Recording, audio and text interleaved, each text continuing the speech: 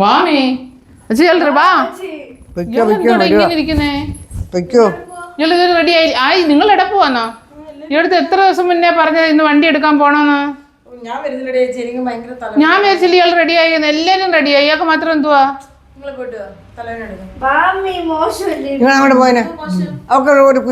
അതല്ലേ പറഞ്ഞത്. ഇത്ര നേരം തലവേനയില്ലായിരുന്നു കേട്ടോ.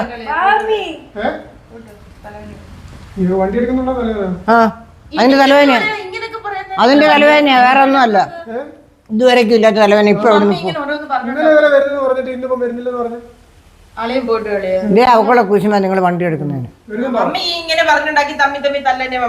തല്ലി തമ്മി ഇത്ര നിനക്ക് തലവേന ഇല്ലായിരുന്നു, ഇപ്പൊ നിനക്ക് തലവേന എവിടെ നിന്ന് വന്നു? ഞാൻ സന്തോഷത്തോട് പറയാ, എനിക്ക് വയ്യാത്തോണ്ട് കളിയാ. പോട്ട് കളിയാ. തലവേന ഇല്ലാത്ത ആളാന്ന് ടൈഗർ ബാം നീ വാ ഇങ്ങോട്ട്.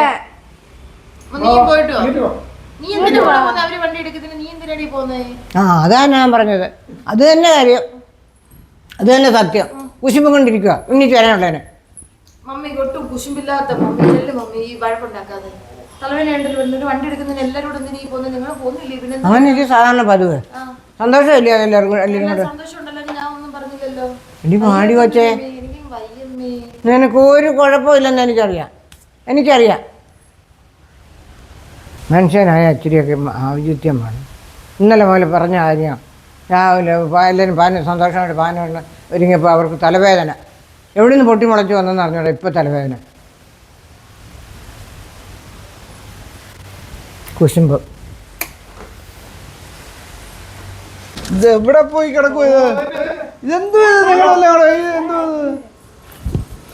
എത്ര നേരം കൊണ്ട് അവള് വരുന്നില്ല. അതെന്തോ അവള് വരുന്നില്ല. അവൾക്ക് തലവേദനയെന്ന് പറഞ്ഞിരിക്കും. മുട്ടാത്തിറക്കാൻ പറഞ്ഞു. അമ്മ വിളിച്ചതിന്റെ ഞാൻ വിളിച്ച ആ കുശുമ്പ.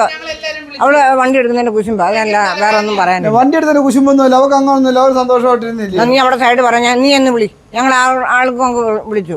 ഞാനും വിളിച്ചാൽ പറഞ്ഞ തലവേദന, ഞാൻ വരുന്നില്ല എന്ന് പറഞ്ഞു. ഞാൻ വിളിച്ചാലെന്തോ ആര് വിളിച്ചാലെന്തോ. എന്നാ അത്രേ ഉള്ളൂ സംഭവം. അവൾക്ക് എന്തെങ്കിലും ചെയ്യുന്നുണ്ട് നല്ല കാര്യത്തിന് പോകുമ്പോൾ എല്ലാവരും ഇവിടെ സന്തോഷമായിട്ട് പോകാമായിരുന്നു. അത് പറഞ്ഞാൽ കേൾക്കത്തില്ല. ആ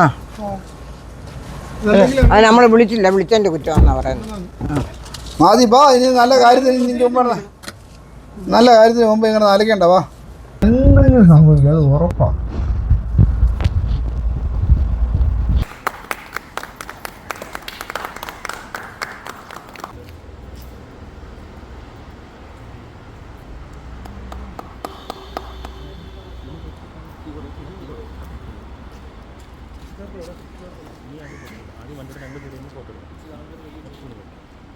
നിർത്തി കൊടുക്കണം.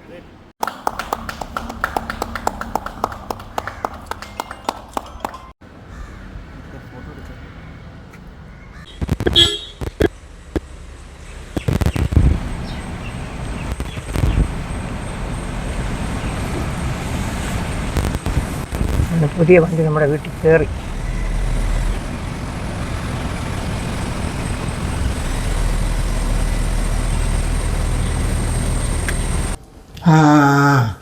പാത്ത് നിന്ന് നോക്കുക.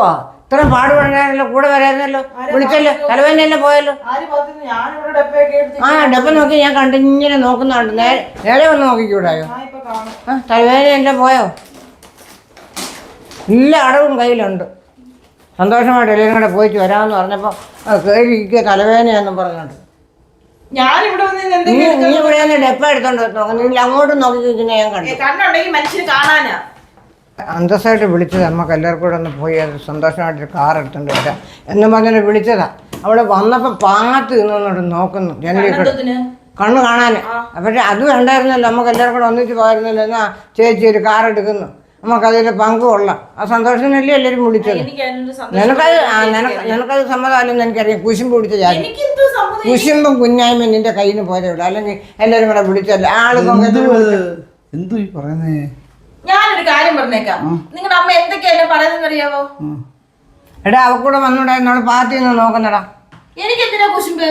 അവ കുശുമ്പേ ഉള്ളൂ. ഒരു കാര്യം ഞാൻ പറയാം. മമ്മി പറയുന്നത് ന്യായമൊന്നും ഇല്ലെന്ന് പറയാൻ ഒക്കത്തില്ല.